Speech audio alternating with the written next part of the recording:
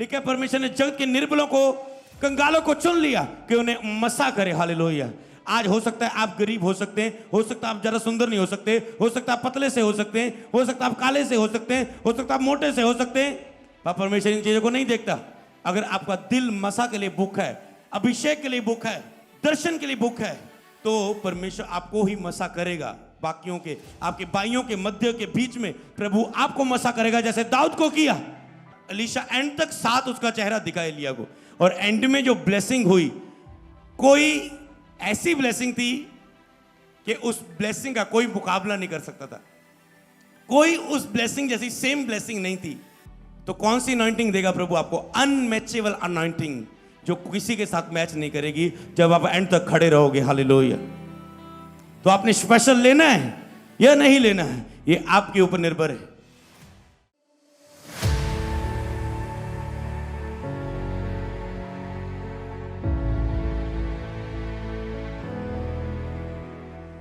जिस चीज को आप परमेश्वर के बिना बटोरते हो, आप उसे बखेरते हो, आप उसे प्राप्त तो कर लोगे, आप उस जॉब को हासिल तो कर लोगे, पर उस जॉब में संघर्ष करोगे। आप उस ब्लेसिंग को हासिल तो कर लोगे, पर उसमें संघर्ष करोगे। आप उस मिशन को शुरू तो कर लोगे, पर उसमें संघर्ष पाओगे, एक प्रेशर को सहोगे आप। हालेलुया। मत्ती की किताब उसका 12 अध्याय उसकी 30 आयत, जो मेरे साथ नहीं वह मेरे विरोध में है, और जो मेरे साथ नहीं बटोरता वह बखेरता है।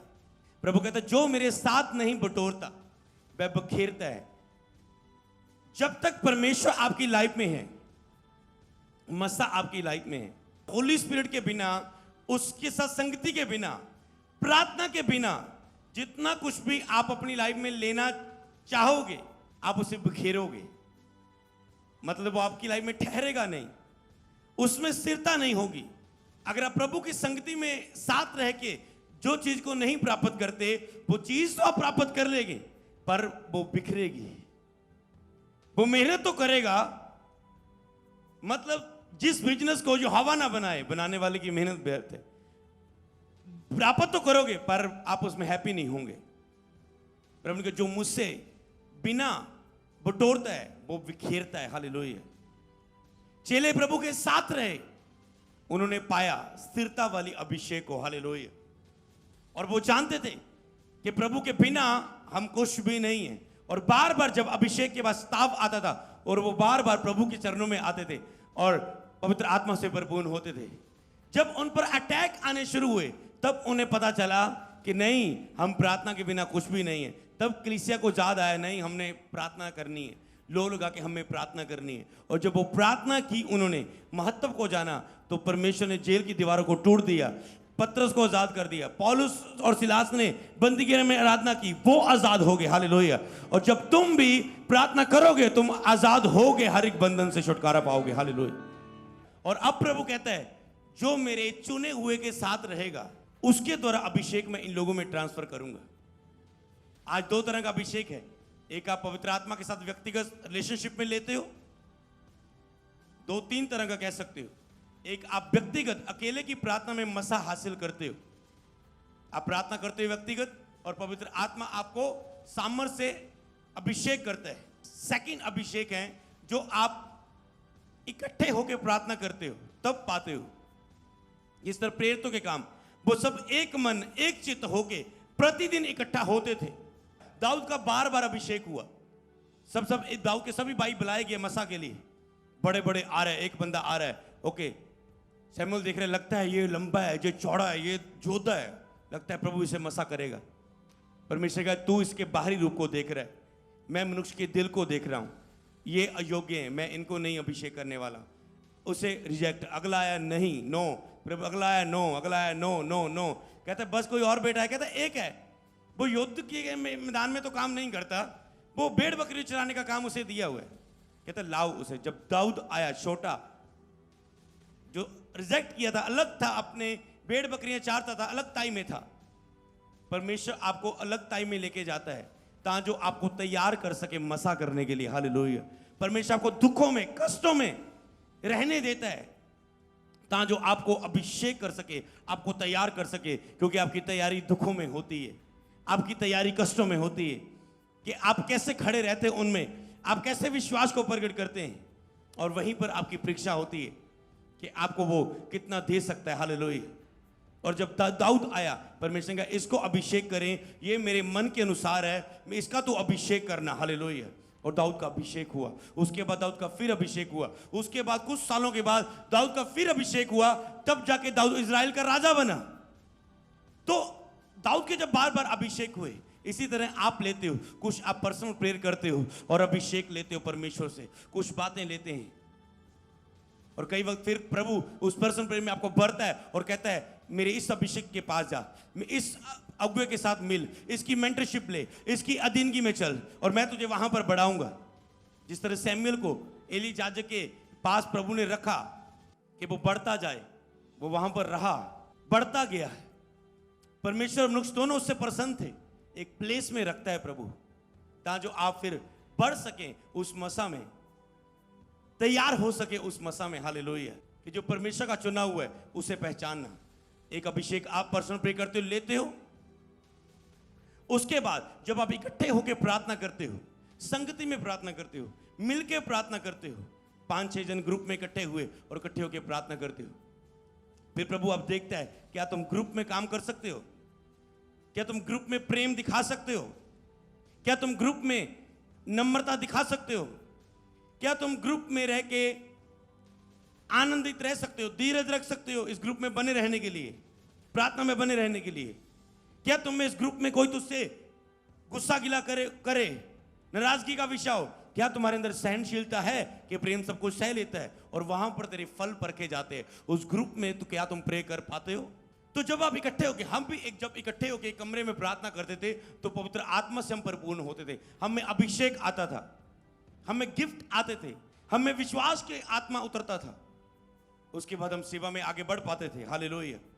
कुछ अभिषेक प्रभु ने संगति की प्रार्थना में किया, जैसे आप चर्च में इकट्ठे होकर प्रार्थना करते हो, प्रार्थना युंड में, जैसे सोमवार यहां पर प्रार्थना युंड प्रार्थना करते हैं। तो उसके बाद तीसरा, आप जब किसी एक अभिषिक्त के साथ रहते हो, जो उसकी लाइफ में अभिषेक है, वो आपकी लाइफ में प्रभु ट्रांसफर करता है, वो आपकी लाइफ में भेजता है, वो मसा, वो ग्लोरी, वो ब्लेसिंग, वो हीलिंग पावर, वो डिलीवरेंस पावर, वो प्रोफेटिक पावर, वो उन्नति, वो भरपूरी, वो आनंद, वो ब्लेसिंग्स, वो ग्रेस, वो ईश्वरीय मददगार जो उसकी लाइफ में होती हैं चीजें, वो जब देता है। बुधवार ले हैंड प्रेयर मीटिंग थी, सब पर ले हैंड किया गया, वो ब्लेसिंग्स उनकी लाइफ में दी गई जो प्रभु ने दी हुई है, उन्हें उनकी लाइफ में रिलीज किया गया, इंपार्टेशन हुई, उनके ऊपर प्रेयर हुई, वो ले हैंड के द्वारा ट्रांसफर हुई वो ब्लेसिंग्स चीजें।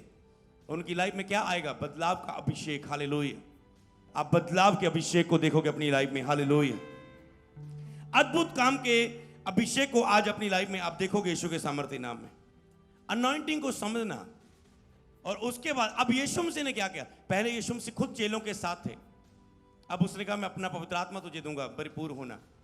पवित्र आत्मा को भरने के बाद यीशु ने क्या सिखाया? इकट्ठे होना ना छोड़ना। जब उस दिन को नजदीक आते हुए देखो, प्रतिदिन इकट्ठे हुआ करना। तो अगर पर्सनल, कई लोग सोचते हैं मैं किसी के साथ नहीं जुड़ना चाहता हूं, सब फेक लोग हैं, कोई विश्वास योग्य नहीं है, नहीं मैं ही वचन से चलने वाला है, मैं बहुत आज्ञाकारी करने वाला हूं, नहीं मैं अकेला बढ़ूंगा, मैं किसी अभिषेक के साथ नहीं जुड़ूंगा, मैं किसी चर्च के साथ नहीं जुड़ूंगा, नहीं पवित्र आत्मा ही मेरा अगुआ है। वही पवित्र आत्मा जब उतरा, उसने कहा एकांत इकट्ठे होना नहीं छोड़ना। और आज के समय उसने, परमेश्वर ने अगुए दिए हैं, जैसे उसने मूसा को चुना, एलिया को चुना। मूसा का अभिषेक यहोशू पर, इजरायली लोग कैसे थे? जब उनको ऊपर अगुआ ठहराया जाता था, अगुआ प्रोफेसी करता था, भविष्यवाणी करता था, मिरेकल करता था, चमत्कार करता था, और उन्हें दिशा देता था कहां जाना है, कैसे जाना है। जब न्यायी मर जाता था, अगुआ मर जाता था, उम्र पूरी हो जाती थी, मर जाता था, डेथ हो जाती थी, तो वो फिर से भटकने लग जाते थे, पाप में जाना शुरू हो जाते थे, शारीरिकता में जाना शुरू हो जाते थे, अपने लिए देवता चुन लेते थे, बछड़ों की पूजा करने लग जाते थे, सोने की मूर्तियां बना लेते थे, व्यभिचार में चले जाते थे, चोरी कत्ल झूठ में चले जाते थे, गलत मार्गों में चले जाते थे। इसीलिए परमेश्वर अगुआ देता है। और फिर क्या होता था? प्रभु ढूंढता था कौन मेरे लिए खड़ा होगा। गिदोन तू, और गिदोन के पास आता है प्रभु। मान लो गिदोन ऐसे डरा हुआ, घबराया हुआ, आप भी कई वक्त डरे हुए होते हैं, घबराए हुए होते हैं, नकारात्मक सोच से भरे हुए होते हैं, नहीं नहीं नहीं कुछ नहीं हो सकता, कुछ नहीं हो सकता है, और वो प्रतिदिन की रोटी नहीं उसे मिल रही, दुश्मन से डर कैसे लुका हुआ छुपा हुआ। यही हमारी लाइफ है, गुलामी में चुना है। और उसने कोई प्रार्थना नहीं की थी कि यहोवा उतर आया, दुहाई नहीं दी थी, वो डरा हुआ था। यहोवा उसके पास आता है, ए गिदोन सूरबीर सूरमा, मैं तुझे इस काम के लिए चुनता हूं। वो कहता है मैं तो डरा हुआ, मुझे प्रतिदिन की रोटी नहीं मिलती, घबराया हुआ, नकारात्मक सोच से भरा हुआ, मैं कैसे हो सकता हूं।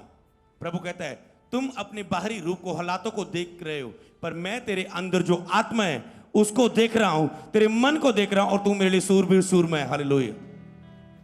हो सकता है आपका भाई ज्यादा पढ़ा लिखा हो सकता है, आपकी बहन ज्यादा पढ़ी लिखी अच्छी जॉब में हो सकती है, और आप प्रेयर प्रेयर प्रेयर प्रेयर कर रहे हैं, पर एक दिन जब तक खुदा आपको मसा करेगा, उन्हीं के बीच में खुदा आपको मध्यम में ऊंचा करेगा, बढ़ाएगा, ऊंचा करेगा, ब्लेस करेगा। क्योंकि ऐसा हो नहीं सकता कि एक मसा किए हुए को, शारीरिक ब्लेसिंग वाला, उसे पीछे छोड़ दे। मसा किए हुए की ब्लेसिंग अलग होती है। हालेलुया। तो परमेश्वर न्याय देता था उन्हें। ओके, प्रभु कहता है ये मैंने दिया। बंदा वो आता था, बंदा उनके बीच में, फिर वो अपने चिन्ह और चमत्कार दिखाता था और लोग बिलीव करते थे। फिर उसे, हाँ यहोवा ने हमें ये भविष्यवक्ता हमारे बीच में आ चुका है, फिर से वो पाप मन फिराव का प्रीच करता था। मन फिराओ, मन फिराओ, ये चीज से मन फिराओ, मन फिराओ। तुम भूल गए हो प्रभु के प्रेम को, भूल गए हो प्रतिज्ञा को, भूल गए हो, तुम मूर्ति पूजा करने लगे, वो जीवित है। और वो फिर से मन फिराते थे, यहोवा के पीछे चलने पड़ जाते थे। और आप कहते मुझे कोई कहता कि मुझे कोई संगति की जरूरत नहीं, कोई अगुवे की जरूरत नहीं है, कोई अनॉइंटिंग की जरूरत नहीं है। अनॉइंट अभिषिक्त के साथ, जो मेरा टॉपिक जो मेन है कि अभिषिक्त के साथ रह के मसा लेना सीखो, अभिषिक्त के दर्शन का हिस्सा बनना सीखो। कई लोग चर्च में तो है, वो इस दर्शन का हिस्सा नहीं है। आपको पता है, बिना विजन के लोग हैं। तुम कभी बाइबल के रूल से बाहर होकर आशीष नहीं ले सकते। तो परमेश्वर उस समय चुनता था, कभी किसी को, कभी किसी को, कभी किसी को, और बाकियों को उनके साथ रखता था। आज भी प्रभु एक को चुनता है, वो एक दानियल को चुनता है, वो एक एलिया को चुनता है, वो एक पौलुस को चुनता है और पूरा ब्लास्ट कर देता है पूरे भारत में।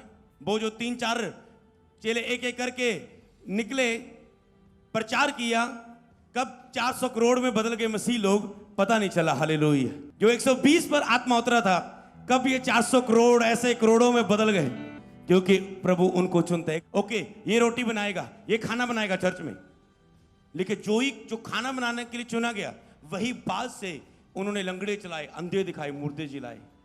इसका मतलब एक चर्च में प्रभु एक विजन में, दर्शन में आपको रखता है, वहां पर आपको तैयार करता है। आपको नहीं पता आप किस मंजिल की ओर जाने वाले होते हो, उस चर्च, उस ग्रेस के साथ जुड़ के। हालेलुया।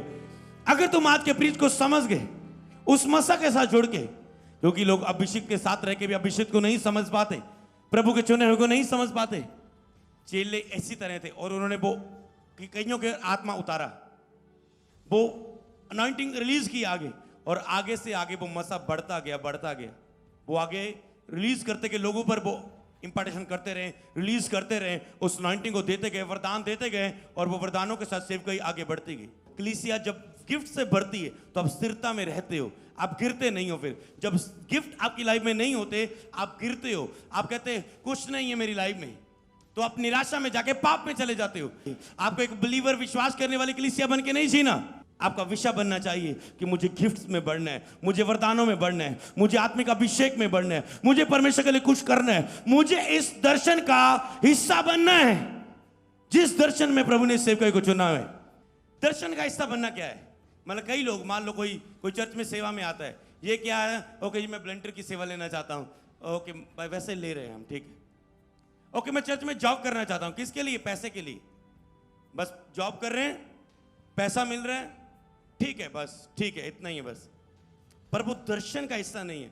उनका मतलब ये केवल है, ओके मैं चर्च में सेवा कर रहा हूँ, मुझे क्या मिल रहा है, ओके उतने से सरता है, ठीक है, नहीं तो चलो फॉरेन चलते हैं, नहीं तो कोई नहीं अपना बिजनेस खोलते हैं, नहीं तो कोई नहीं अपनी सेवकाई कर लेते हैं। दर्शन उनकी लाइफ में हिस्सा नहीं है। जब दर्शन को पकड़ के रखोगे तुम्हें एक सेवकाई में हो, तुझे दर्शन का हिस्सा बनना है कि कुछ भी हो जाए, मैं इस सेवकाई का, दर्शन का हिस्सा हूं। जो दर्शन इस सेवकाई का है, मैं एंड तक उसका हिस्सा बना हुआ रहना चाहता हूं, उसका हिस्सा बन। चाहे मेरी लाइफ में कुछ भी क्यों ना हो, तुझे उस दर्शन का हिस्सा बनना है। तुझे बोने के द्वारा इस दर्शन का हिस्सा बनना है कि अगर चर्च में भवन बन रहा है, तो अगर आपको पता है मैं अगर ये भवन का काम शुरू कर रहा है, मैं इस दर्शन का हिस्सा बनना चाहता हूं बोने के द्वारा, कि लाइफ टाइम मुझे याद रहे कि मैं इस दर्शन का हिस्सा हूं। केवल एक बार बोने के द्वारा नहीं, बार बार बोने के द्वारा। जमीन के लिए, भवन बनने के लिए, बोने के लिए बोला गया, मैं आगे आऊंगा। क्यों? क्योंकि मैं इस दर्शन का हिस्सा हूं। और जब आप हिस्सा बन के चलते हो कि नहीं ये मेरा भवन है, ये मेरा एक दर्शन है, मेरी एक प्लेस है, मेरा एक स्थान है जिसमें प्रभु ने मुझे बपतिस्मा मिला है, जिसमें प्रभु ने मुझे बढ़ाया, आत्मिक शिक्षा दी, पवित्र आत्मा दिया, वचन में उन्नति की। लेकिन उस चर्च को याद रखो जिससे तूने शिक्षा पाई है, वचन पाया है। उन प्राचीनों को याद रखो जिनसे तूने वचन पाया है। कई लोग भूल जाते हैं जिनसे उन्होंने सीखा होता है, वचन पाया होता है, और बाद में कुछ समय जब वो बीच में रह के निकल जाते हैं और वो खिलाफत करना शुरू कर देते हैं और भूल जाते हैं कि हम इस दर्शन का हिस्सा थे, प्रभु ने हमें यही बढ़ाया है। और जब वो इस चीज में बोलते हैं, फिर वो ग्रेस भी उनकी लाइफ में नहीं रहती जिस ग्रेस के नीचे वो चल रहे होते। हालेलुया। इसलिए इस चीज को हमेशा समझना, जिस प्लेस में तुम हो, आप एक मसा के नीचे हो, वो मसा आपकी लाइफ में काम करेगा। अगर आज वो आपके पड़ोसी टेस्टमनी दे रहे हैं, आपकी लाइफ में काम नहीं कर रहे, पर एक ना एक दिन वो आपकी लाइफ में काम करेगा ही करेगा, क्योंकि ये मसा आपको ब्लेस किए बिना छोड़ेगा नहीं, यीशु के नाम में। और जब आप उस दर्शन का हिस्सा बन के चलते हो, वो अनॉइंटिंग आपकी लाइफ में काम करती है। आपको चेक करने की जरूरत है। अगर आप अभिषेक के साथ रह के ब्लेस नहीं हो रहे, तो चर्च में, अनॉइंटेड चर्च में होके ब्लेस नहीं हो रहे, आपको चेक करने की जरूरत है। क्या मैं अनॉइंटिंग को पूरी रीति से फॉलो कर रहा हूं? क्या मैं जिस चर्च में जा रहा हूं, क्या उसे मैं टोटली फॉलो कर रहा हूं, टोटली सरमन सुन रहा हूं? मेरे स्टेटस में एक ही मिनिस्ट्री है जब बहुत कुछ है, मेरे व्हाट्सएप में, मेरी फेसबुक में, मेरे हृदय में, मेरी प्रेयर में, कि खुदा मैं इस अनॉइंटिंग के नीचे वफादार हूं। खुदा मैं अपने दास के ले हैंड के नीचे वफादार हूं खुदावन। मैं अपनी अनॉइंटिंग के नीचे वफादार हूं खुदावन। मैं अपनी चर्च के नीचे वफादार हूं खुदावन। आज खुदा उस ग्रेस, वो ग्रेस मेरी लाइफ में काम करे जिस मसा के मैं नीचे हूं। और जब आप ऐसे कहते हैं, जैसे मेरे जैसा कहता है इब्राहिम, इसहाक, याकूब के परमेश्वर, मेरे स्पिरिचुअल फादर के परमेश्वर, तो उसका अभिषेक मुझ में बहना शुरू हो जाता है। तो आप तभी कह पाते हो जब आप उस दर्शन का हिस्सा होते हो, बोने के द्वारा, प्रार्थना के द्वारा, लव के द्वारा, पिलर बनने के द्वारा उस मिनिस्ट्री के। जब आप उस दर्शन का हिस्सा बन के चलते हो, तो कभी भी आपको लोड पड़ती है, कई बार आपकी प्रेयर नहीं कुछ कर पाती, आप शारीरिकता में होते हैं, आप प्रेयर में जीरो होते हैं, आप पाप में गिरे होते हैं, तब वो अभिषेक जो तुझ में होता है, तुझे उठाता है, तुझे बढ़ाता है और आगे ले जाता है, तुझे स्थिर करता है। कई लोग अनॉइंटिंग के नीचे नहीं है, अभिषेक के नीचे नहीं है, और बिना दर्शन के चलते हैं। अगर तुम इस मिनिस्ट्री का हिस्सा हो, क्या तुम इस विजन में हो सकता है आज तुम इस मिनिस्ट्री में कैमरा चला रहे हो और तुम सोच रहे हो ओके आज तुम साउंड चला रहे हो, आज तुम एलईडी लगा रहे हो, आज तुम कुछ भी कर रहे हो, दरी टेंट साउंड वर्शिप कर रहे हो। क्या तुम सारी जिंदगी तूने सोचा हुआ है कि मैं इस दर्शन का हिस्सा हूं? या आज तुम वॉलंटियर हो, या आज तुम चर्च में आके किसी भी बोने के द्वारा कार्य में रहो, क्या तुझे विजन है इस मिनिस्ट्री का हिस्सा हो? जब तुम सोचते हैं, कई लोग अनुमान से चलते, ओके चल के देखते हैं, लाइफ जिधर ले जाएगी ले जाएगी। लोग ऐसे चलते और लाइफ में कुछ नहीं होता क्योंकि उनके डिसीजन नहीं। अलीशा ने कहा मैं तो इलिया के पीछे जाऊंगा, तुम चुप रहो, तुम चुप रहो, तो चुप रहो, और एंड तक गया। और एंड में कहता है जो मसा तेरे ऊपर है एलिया, उसका दुगना भाग मुझे चाहिए जब तू जा रहा है। कहता है तूने कठिन बात मांगी, अगर मुझे उठाते जाते हुए देख ले तो तुझ में आ जाएगा। और उसने देखा, उसे चद्दर आई उसके ऊपर, उसने वो चद्दर को लिया, अभिषेक उसमें आया, और वो सेम अनॉइंटिंग के साथ, दुगने मसा के साथ यूज होना शुरू हुआ। अलीशा तुम कैसे फॉलो करते हो? तुम मसा के साथ कब तक हो? क्या तुम हालातों की तरफ बदलने वाले हो? आज तुम कह रहे हो मैं इस मिनिस्ट्री का हिस्सा हूं दर्शन का, कल तेरा वीजा लग जाए, कहां गया तेरा दर्शन? तुम तो पैसे देख के चेंज हो गए, तू तो वीजा देख के चेंज हो गए। मान लो आज तुझे एक लड़की मिल जाए किसी और चर्च की, तो तूने तो उस लड़की के द्वारा अपनी चर्च भी छोड़ दी। तू तो कह रहा था मैं इस दर्शन का हिस्सा हूं। अपना डिसीजन रखो, अपना फैसला रखो, क्योंकि जब तुम मसा के साथ सीरियस रीति से चलते हो, वो मसा तुझ में काम करता है अद्भुत रीति से। हालेलुया। कई बार मैं ऐसे देखता हूं, लोग प्रभु ने जिनको परखना होता है, ओके ये व्यक्ति की इतनी सैलरी, ओके ठीक है, इसको मैंने कहा प्रभु इसका इसके में कैसा गुजारा चलता होगा, और प्रभु मुझे बढ़ाने नहीं देते। नहीं इसे छेड़ना नहीं, इसे यहीं रखना है, इसे यहीं रखना है। और प्रभु देखता है फिर बंदा ये क्या करता है, और जी नीचे तो सरदा नहीं मेरा, मानता चाहता सेवा ही करा, पर सरदा नहीं ओके नहीं जी कोई बिजनेस खोलते हैं कोई काम खोलते हैं लै मिनिस्ट्री तो ऐदा ही है जी मिनिस्ट्री तो उदा ही है जी सेवा तो ऐ जी ही है जी नहीं फॉरेन ला के देखते हैं जी मैंने ऐसे बहुत सारे लोग देखे जिनके ऊपर बुलाहट थी पर वो अपने वो दर्शन के हिस्सा होके नहीं चल रहे, वो अपनी बुलाहट से फिरे हुए दूर हुए हुए अपने कामों में व्यस्त हैं और वो मार्ग चेंज कर लेते हैं। हालात को देख के कभी मार्ग चेंज ना करो, अपना दर्शन लेके चलो। हालातों को देख के अपने मार्गों को चेंज ना करो, अपने फैसले को ना बदलो। ये चीजें प्रभु आप में देखता है और प्रभु ने बचपन से ये चीजें आपके अंदर डाली है क्योंकि माँ के गर्भ में उसने आपको नाम लेके बुलाया। जब मैं स्कूल में था और दौड़ों में भाग लेता था, लंबे लंबे 8 चक्कर लगाने ओके भाग रहे थे, पर लक्ष्य था कि नहीं फर्स्ट पर आना है और भागते थे भागते थे भागते थे, गेम्स में हिस्सा लेते थे, नहीं पूरी मेहनत करते थे, भागते थे, लगता है गिर के मर ही जाएंगे पर नहीं, गिरते गिरते पानी मिले मार लिया गीला पानी मार रहे तुरंत और जा जाके अगर एक बंदा आगे है नहीं इसे पीछे करना है एंड में जाके, पहले धीरे धीरे से हम दौड़ते हैं। ऐसे ही है, आपको बुद्धि से दौड़ना है। आपको पता है जब लंबे वाले चक्कर होते हैं एकदम से आप तेज जोर नहीं लगाते, आराम से भागते और हम बुद्धि भी चूज करते थे, आराम से भागते। लोगों को लगता था हम पीछे हैं पर नहीं, हम अपनी ताकत को कंट्रोल में लेके चल रहे हैं। पर जब लास्ट चक्कर आता है हम उस बूस्ट को यूज करते हैं और तेज से मैं भागता था और फर्स्ट नंबर पर आ जाता था और मेरे सब मुझे उठा लेते थे हर वक्त, क्योंकि एक सीरियसनेस आपके अंदर होनी चाहिए। और यही चीज है दाऊद के अंदर क्या दिखा प्रभु को, यही चीज तो दिखी। ओए शेर पालू तू मेरी पेड़ नू चक्या, तेरा मुंह फाड़ दूंगा मैं तेनू पेड़ नू अपनी छुड़ा लवांगा। ना कि चरवाहा शेर नू देखे पालू नू देखे खुद भी लुक जाए, छड्डो पेड़ नू प्रभु जान था जहान अपनी जान बचाइए। वो जाता था शेर के मुंह को पकड़ के बच्चे को बचा लेता था, बालू को पकड़ लेता था। तो इसी कॉन्फिडेंस को देख के परमेश्वर ने कहा दाऊद मेरे योग है। और जब बड़ा गोलियत दाऊद के सामने आया वही उसके अंदर कॉन्फिडेंस था, वही उसका दर्शन था। नहीं ए जिस परमेश्वर ने शेर और बालू को मेरे हाथ में कर दिया, आज गोलियत तू क्या चीज है, आज तेरा सिर दर्द से अलग करूंगा, ये हवा तुझे मेरे हाथ में कर देगा। उसी शेर की तरह बहुत दहाड़ा आपके अंदर ये चीज होनी चाहिए कि आप कैसे अपने लक्ष्य की ओर कितना सीरियस हो। मुझे आज भी वो टाइम याद है कैसे मेरे टीम के लोग, कई वक्त ऐसा होता था कि हारते हारते हम जीत जाते थे, क्यों, बस ये चीज था उस लक्ष्य में पहुंचना है। और ऐसे ही लोग मैंने देखा, ऐसे लोग जो जिनके अंदर ये चीजें रहती वो टीम में आए होते हैं क्योंकि वो सीरियस है, उनके अंदर ये चीज अगर चीज पर हाथ लगा दिया पूरा लेके रहना है इसे। ये इस मुरझाने वाले मुकुट के लिए हम इतने सीरियस थे तो क्या तुम मसा के लिए इतने सीरियस हो? जो मैंने मुरझाने वाले मुकुटों के लिए, शील्ड्स के लिए, नाम के लिए, पहचान के लिए, हर चीज में सीरियस रहता था।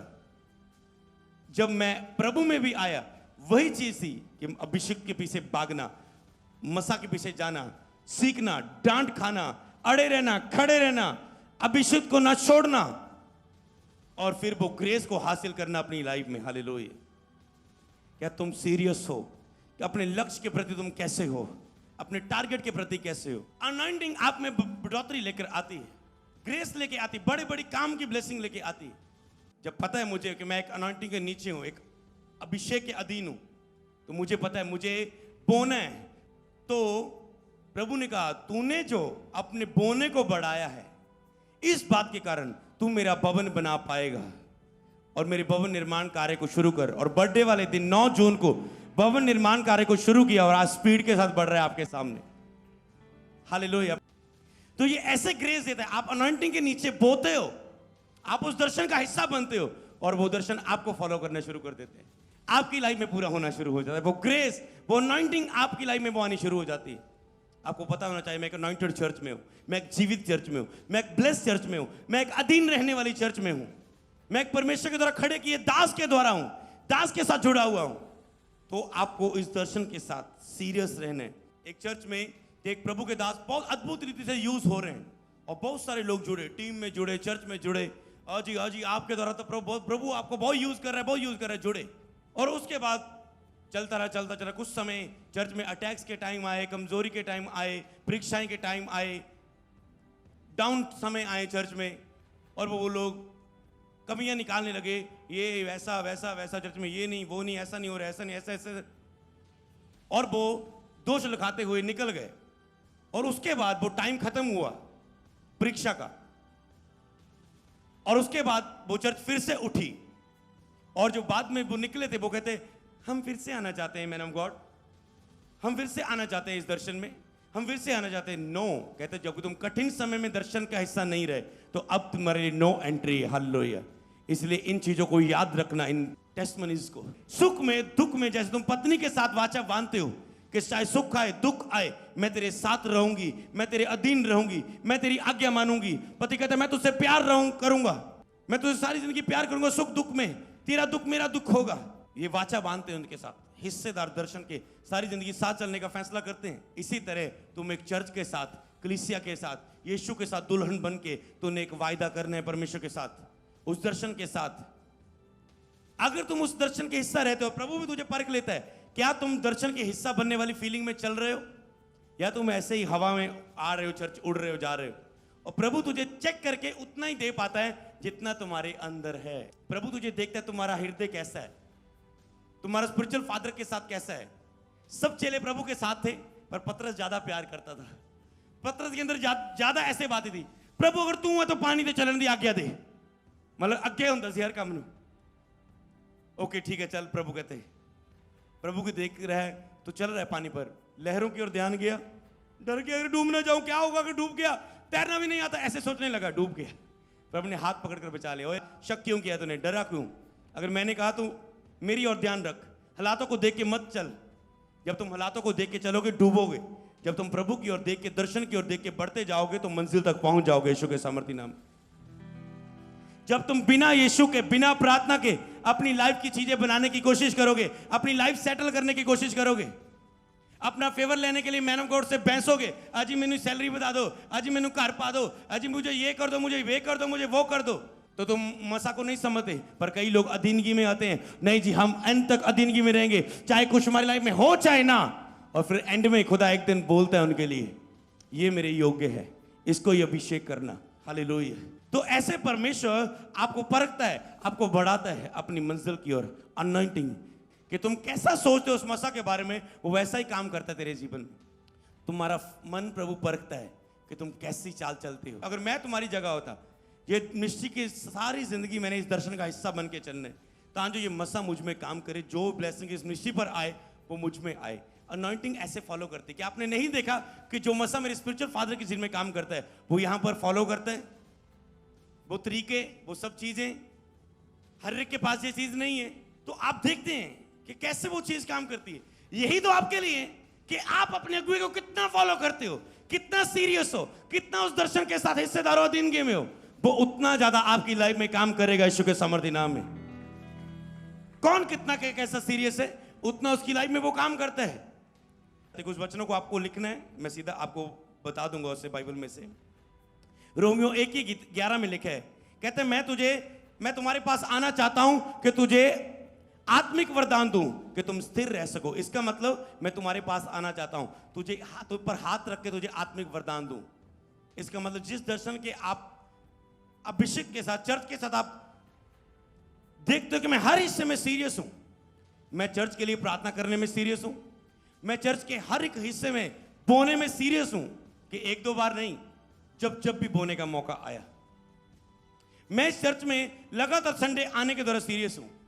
मैं इस चर्च में जो मुझे ड्यूटी दी गई है, मैं उस ड्यूटी में सीरियस हूं, चाहे मैं दिख रहा हूं चाहे नहीं दिख रहा हूं, परमेश्वर मुझे देख रहा है। मैं उस ड्यूटी में वफादारी और ईमानदारी से काम कर रहा हूं। मैं इस चर्च में सेवा में वफादार हूं। सब चले जाते हैं, मैं एंड में दरिया टेंट उठा के जाता हूं। सब लेट आते, मैं सुबह जल्दी आके सेवा करता हूं। जहां भी क्रूसेड होता है मैं जाती हूं, जहां भी सुसमाचार का काम होता है हम भूते हैं, जहां भी जब बड़ी मीटिंग आती है हम इस चर्च के पोस्टर लेके लोगों को सुसमाचार करते हैं। तो आपको पता है हर एक हिस्से को फॉलो कर रहे हैं, फेसबुक पर देख रहे हैं आप, हर मीटिंग को शेयर कर रहे हैं। संडे मीटिंग, वेडनेसडे मीटिंग का प्रीच आ रहा है, आप स्टेटस पर लगा रहे हैं, ग्रुप में शेयर कर रहे हैं, लोगों को बता रहे हैं, लोगों को लेकर आते हैं।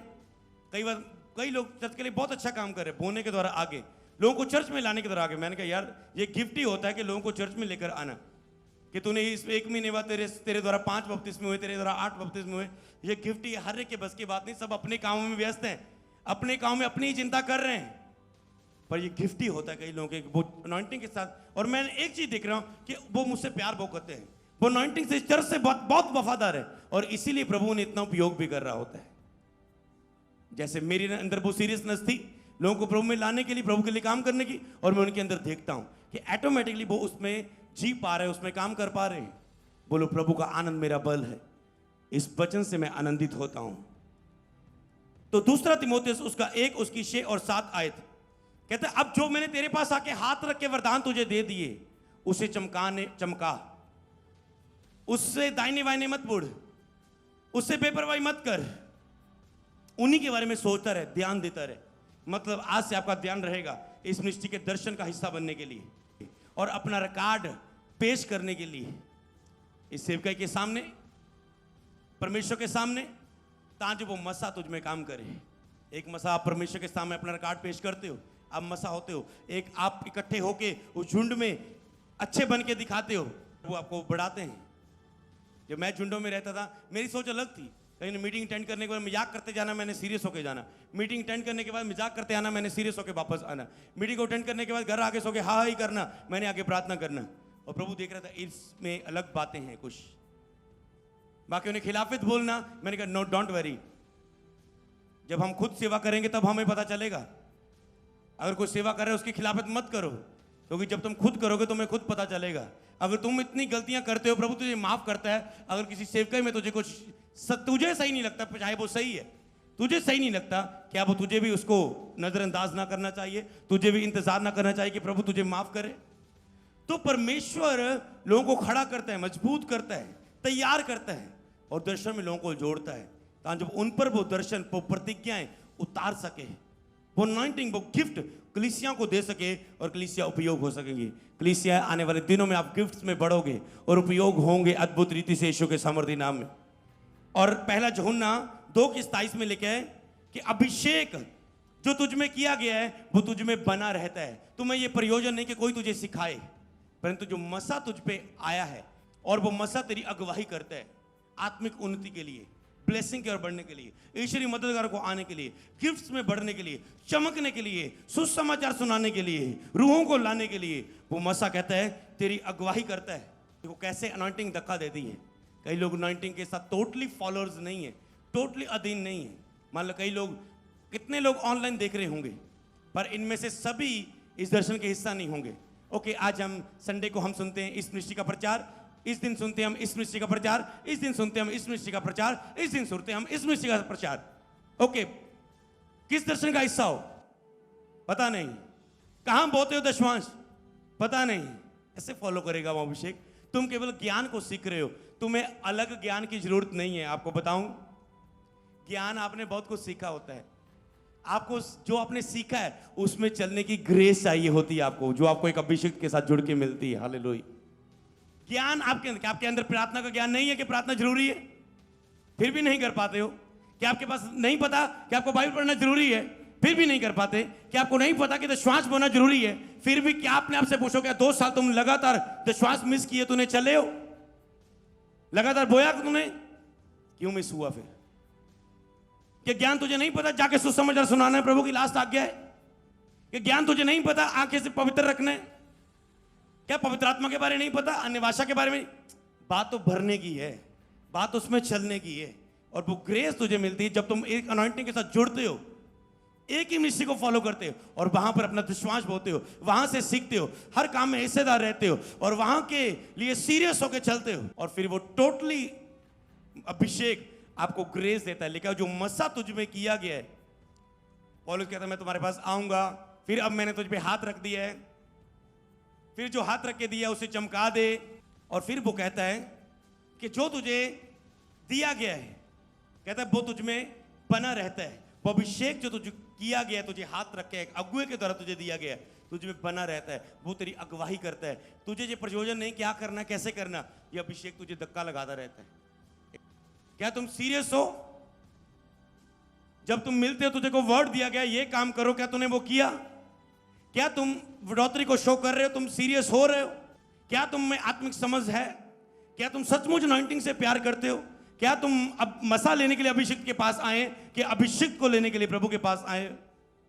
और जब वो परखे जाते हैं फिर वो अनॉइंटिंग उनकी लाइफ में काम करनी शुरू कर जाती है। सेम अनॉइंटिंग उनकी चर्चें ग्रोथ होनी शुरू हो जाती है। फिर कैसे वो मसा काम करे? सोचो, जो 5 साल से निश्चय में कुछ नहीं हुआ, जुड़ने के द्वारा, अनॉइंटिंग के नीचे क्या कैसे आने के द्वारा वो बढ़ने लगा बंदा। इसका मतलब अनॉइंटिंग ट्रांसफर की जाती है जब ले हैंड होता है, जब आप फॉलो करते हैं, जब आप पर हाथ रखे जाते हैं, वो लाइफ आपकी लाइफ में आती है, जो ब्लेसिंग्स एक अभिषेक के ऊपर होती है। हालेलुया। जो मसा मेरे स्पिरिचुअल फादर की लाइफ में, जो मसा मेरी लाइफ में खुदा ने दी है, आज मैं उस तेल को मसा कर चुका हूं। जब वो आपकी लाइफ में आएगा, आप बड़े अद्भुत काम देखोगे यीशु के नाम में। अद्भुत काम का अभिषेक आपकी लाइफ में आ रहा है। तो अगर तो आप सीरियस हो इस दर्शन के लिए, तो ये मसा उतना ही काम करता है। कौन कितना सीरियस है?